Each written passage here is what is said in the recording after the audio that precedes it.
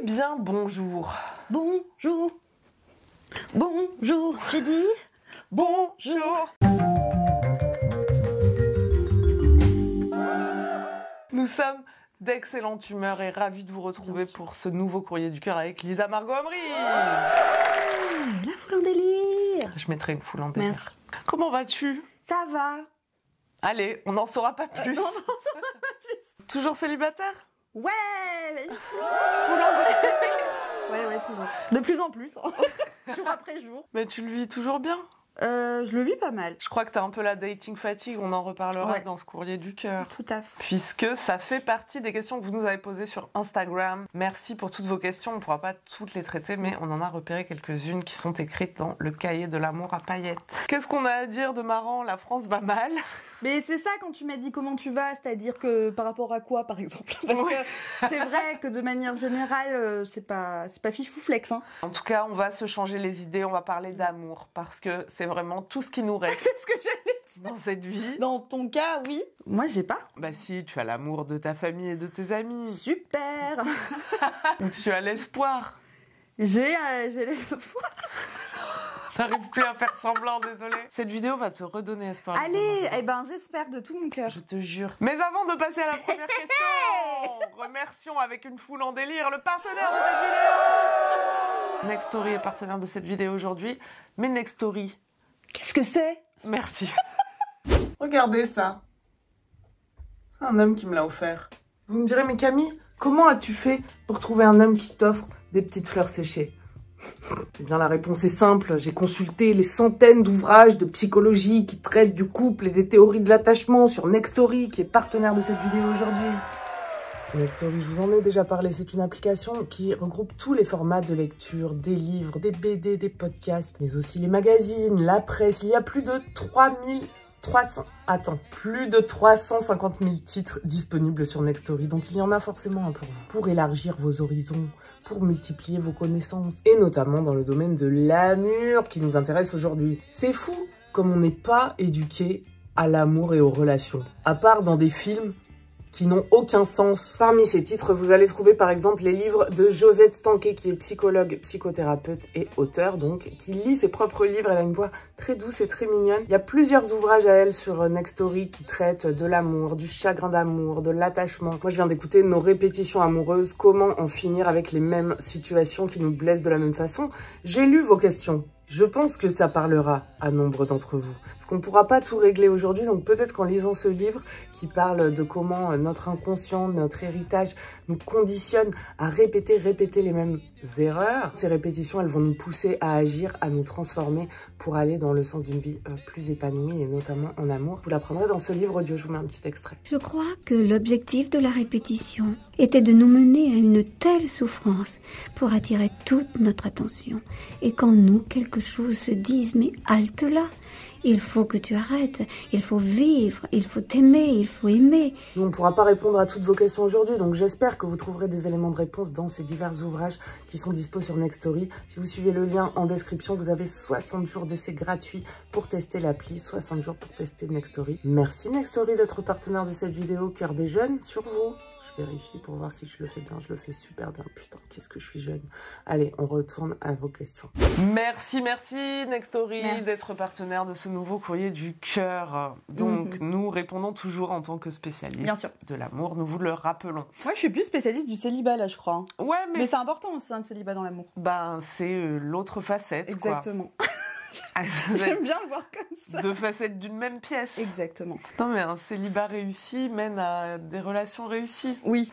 Un célibat bien mis à profit, quoi. C'est ça. Bon. Un célibat rondement mené. Un célibat rondement mené, en quelque sorte. Quelqu'un nous demande, existe-t-il encore des hommes émotionnellement disponibles? Et quelqu'un d'autre demandait aussi, y a-t-il encore des hommes amoureux dans notre génération? Bah non.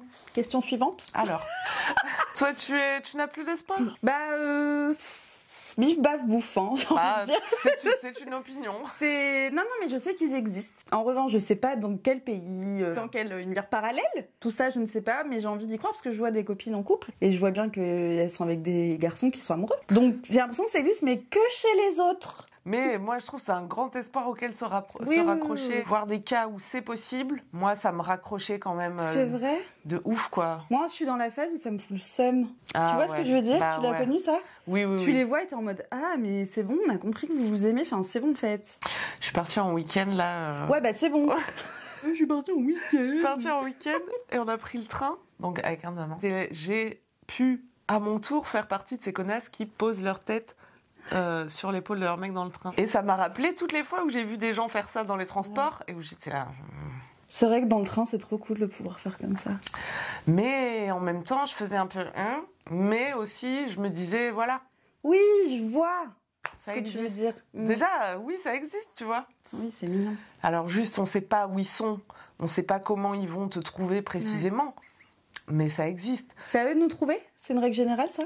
Ou ça aussi? Non, vous allez vous trouver comme ça, quoi, dans le flot de la vie. Ok.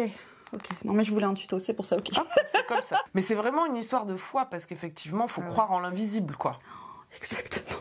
Il faut, parce que c'est la seule façon de les trouver, c'est croire qu'ils existent, en tout cas. Ouais. J'essaye de m'imaginer quelqu'un qui n'existe pas, du coup, enfin, je me dis, il est où? Enfin, vraiment, j'étais en train de visualiser quelqu'un, mais sans visage, quelque part. Et c'est très dur d'imaginer quelqu'un sans visage, non, aussi. Je peux pas. Puis en plus, ça fait super peur. J'ai pas envie d'être avec quelqu'un qui a pas de visage. Quand j'étais célib, là, Oui. j'y croyais, comme Shola Ama. I still believe in love.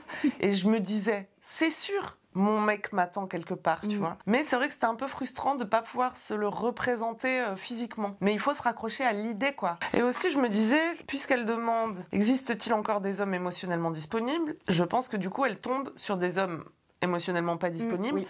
Se demander pourquoi tu vas vers des hommes émotionnellement pas disponibles. Souvent, c'est parce qu'on est nous-mêmes pas émotionnellement disponibles. On a l'impression de l'être parce qu'on peut avoir une personnalité un peu fusionnelle, par exemple. Je prends mon exemple, allez, au hasard. Donc fusionnel qui s'opposerait à des gens plus isolants, qui vont, parce qu'ils ont peur de la relation, la repousser, surtout quand ça va bien, quoi.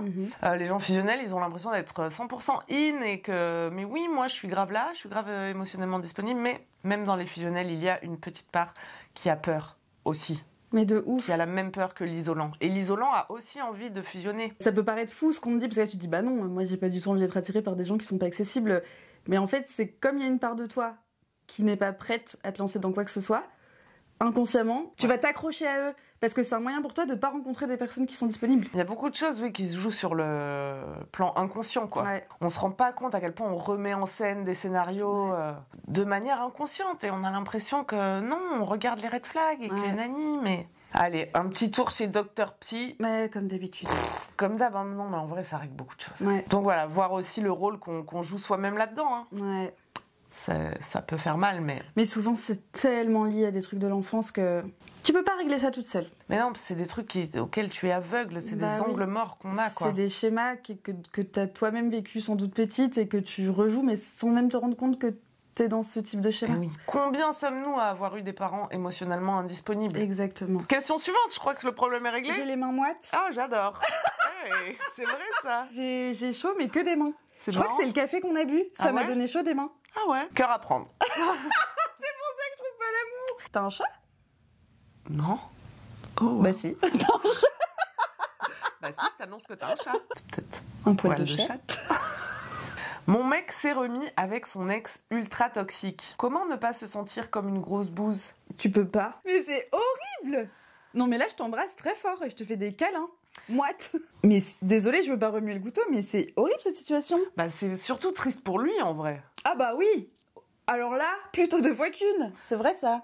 Parce qu'il va ressouffrir à nouveau. S'il est retourné avec une meuf dont on sait qu'elle est horrible, toxique, on n'ira pas jusqu'à ce diagnostic. Car souvent, c'est bien sûr la relation qui est toxique et non pas les personnes. Exactement. Mais le pauvre. Oui, mais en fait, c'est facile de pas te sentir comme une merde. Parce que... Comment t'as changé d'avis en... Mais non, mais oui, mais... En vrai, c'était une blague au début, évidemment, que c'est normal que tu te sentes comme une merde, mais en vrai, non. Pourquoi? C'est lui, le problème. C'est lui qui a besoin de voir un psy, de toute évidence, parce que lui, comme on en parlait tout à l'heure, qui doit rejouer des schémas, malheureusement, tristes pour lui, mais c'est comme ça. Toi, là, tu as gagné. Tu gagnes du temps. Parce que cette personne aurait sans doute fini par te faire du mal, si ce n'est pas déjà fait. Ha! On n'a pas toute la backstory. Exactement. Donc là, quelque part... Eh ben, t'es gagnante, hein, ma chérie. À Saint-Etienne, t'es gagnante, visiblement. Allez, les verts. Mais de manière générale, quand tu te fais quitter pour quelqu'un, sans parler de si elle est toxique ou pas, c'est normal que tu te sentes un peu nulle. Bien sûr, c'est bien forcément sûr. que ton ego est touché, que tu te remets en question, et ça Déjà, c'est parce que t'es humaine et que t'es... Eh oui.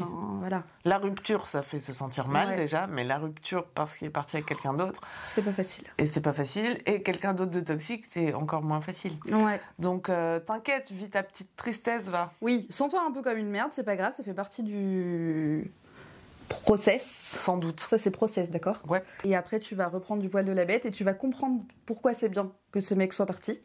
Et là tu vas dire mais trop bien, mais en fait c'est le plus beau cadeau qu'il m'ait jamais fait. L'univers ne ferme jamais une porte sans ouvrir une fenêtre. Ah. Moi, je pourrais m'exprimer qu'en citation toute la journée. J'ai un poncif pour chaque situation. Et t'es super. Bah oui, c'est sûr que t'es super. Tu regardes ma chaîne, Exactement. donc voilà. Est-ce que lui regardait la chaîne de Camille? Ça c'est un red flag hein, si Ah. il regardait pas. Hein. Ah, Voilà. C'est bon. Je suis sûre que t'es passé à autre chose depuis. Depuis 4 secondes. question suivante. Et bah la suivante, c'est que faire quand on est... J'ai lu atteint, non, attiré J'ai par mal quelqu'un écrit. d'autre. Ah, j'adore cette question. Que son copain, en gros. Mais qu'on a un copain, enfin qu'on a quelqu'un. Quand on est attiré par quelqu'un d'autre alors qu'on est déjà... Je vais la relire. Ouais, merci. Que faire quand on est attiré par quelqu'un d'autre, mais qu'on aime son copain? Voilà. Mais c'était pas très bien écrit, je trouve. Oui, non, mais ça, je prends sur moi. Ah, j'ai un livre qui parle de ça. Non, Mais oui. là, un livre pour tout, J'ai aussi un livre pour tout. Je faisais l'animation pendant que t'étais pas Ah, là. t'es super, toi.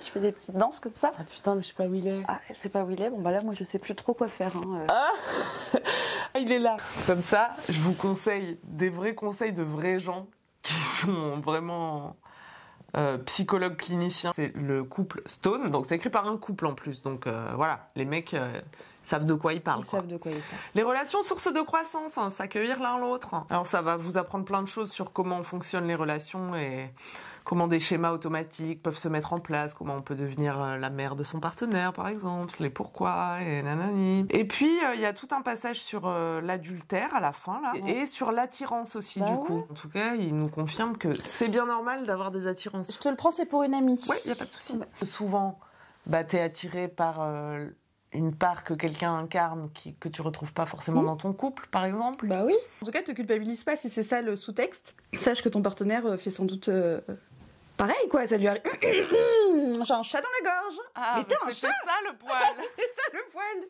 C'est que ton copain peut aussi être attiré, je sais pas, par une collègue de taf. Enfin, mais c'est pas parce que tu trouves quelqu'un d'attirant physiquement que t'envisages quoi que ce soit avec cette personne. Elle dit que faire, ça doit être peut-être... Alors, soit tu penses que ça dit quelque chose de ton couple. Moi, j'avais mis fin à une relation parce que j'avais été fortement attirée par quelqu'un d'autre. Et comme j'avais pas envie de tromper, je préférais rompre. Mais en fait, juste ma relation allait mal de base, tu vois. Ouais. Et j'ai pris un peu ce truc-là comme une excuse, comme une porte de sortie. Soit juste ça te titille fort et t'as envie de passer à l'acte, quoi. Voilà, et là, si t'as envie de passer à l'acte... c'est une autre question. C'est une autre question. Moi, je sais qu'au boulot, avant, quand j'étais en couple, il y avait un mec que je trouvais vraiment trop beau. Et de toute évidence, il me trouvait trop belle. Ça, c'est toujours comme ça quand t'es en couple, il y a plein de mecs qui te draguent. Et ben, je l'évitais, tout simplement. Ouais. J'évitais de le croiser. Parce que je savais que c'est effectivement, dangereux. il m'attirait beaucoup. Et que, bon, je savais que je ferais... En vrai, je ferais rien, parce que moi, je trompe pas. Mais quand même, je m'étais dit... bon, on va quand même faire en sorte de le croiser le moins possible, quoi. Ouais, faut pas se mettre en danger. Ouais, non c'est plus, ça, hein. je voulais pas, je voulais pas. J'espère que ça te parlera. Allez. Prends ce qui résonne, Et bien donne... évidemment. Tu prends ce qui résonne. Et donne-nous des nouvelles en DM sur Insta. Quelqu'un qui est bloqué dans une série qui se répète apparemment, ou donc elle enchaîne des mecs qui lui disent « On ken, mais je ne veux pas être en couple », et juste derrière, elle le voit en couple.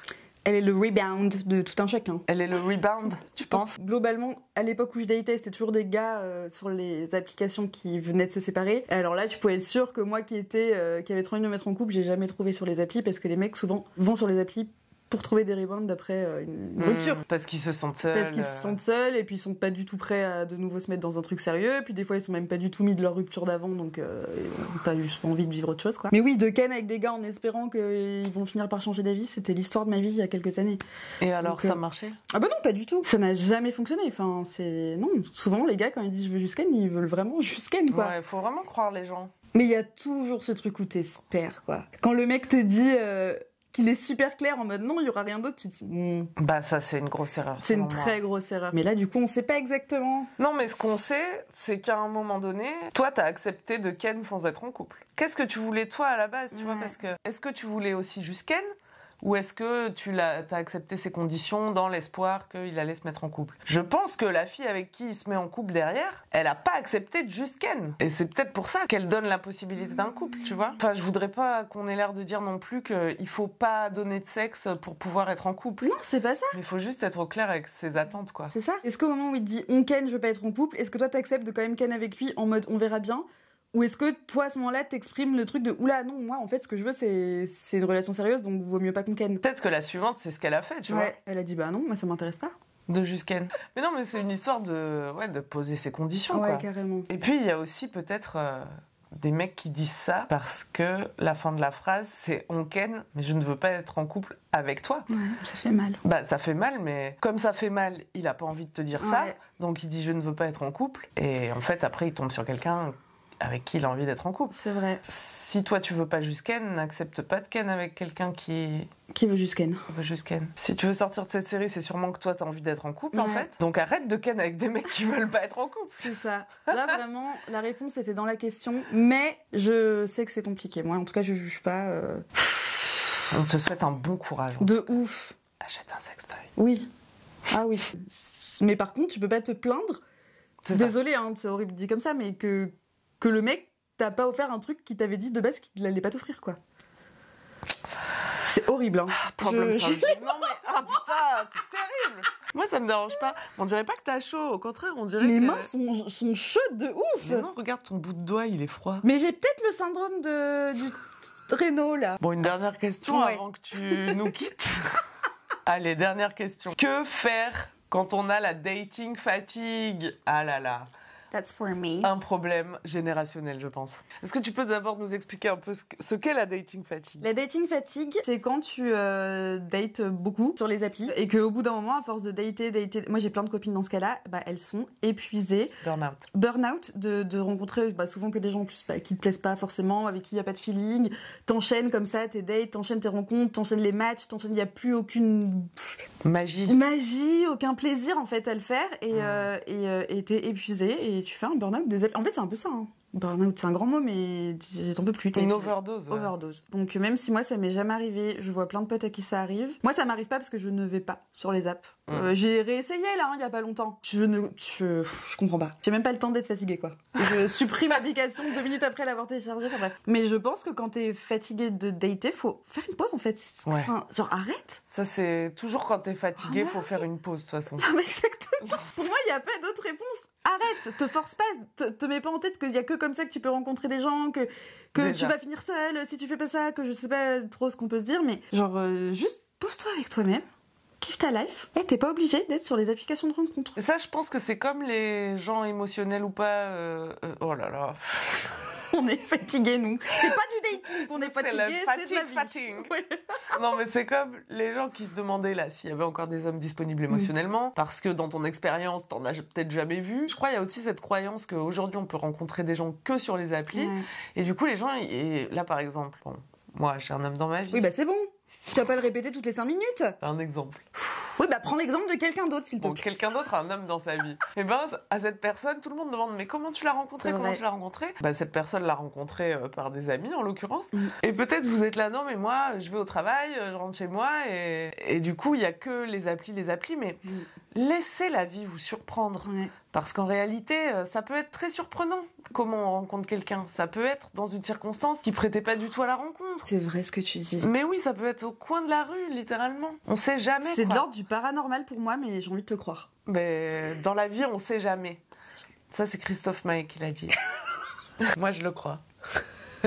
Si c'est Cricri qui l'a dit, Ah, alors c'est là, Cricri je te qui l'a crois. dit. Donc, on sait jamais, on regarde vers le haut. Donc tout ça pour dire, tu m'éteins ce téléphone, tu supprimes ces applis là, hein, et tu te reposes, tu vas te faire masser, tu fais une sieste, c'est bon quoi. La dating fatigue, au-delà de juste être épuisé, c'est que t'es dans une sorte de tourment, de désespoir en fait, de dire je vais jamais rencontrer quelqu'un, et c'est ça aussi qui est épuisant.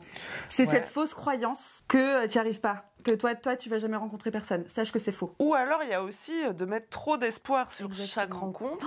Ça c'est épuisant ça. Épuisant aussi.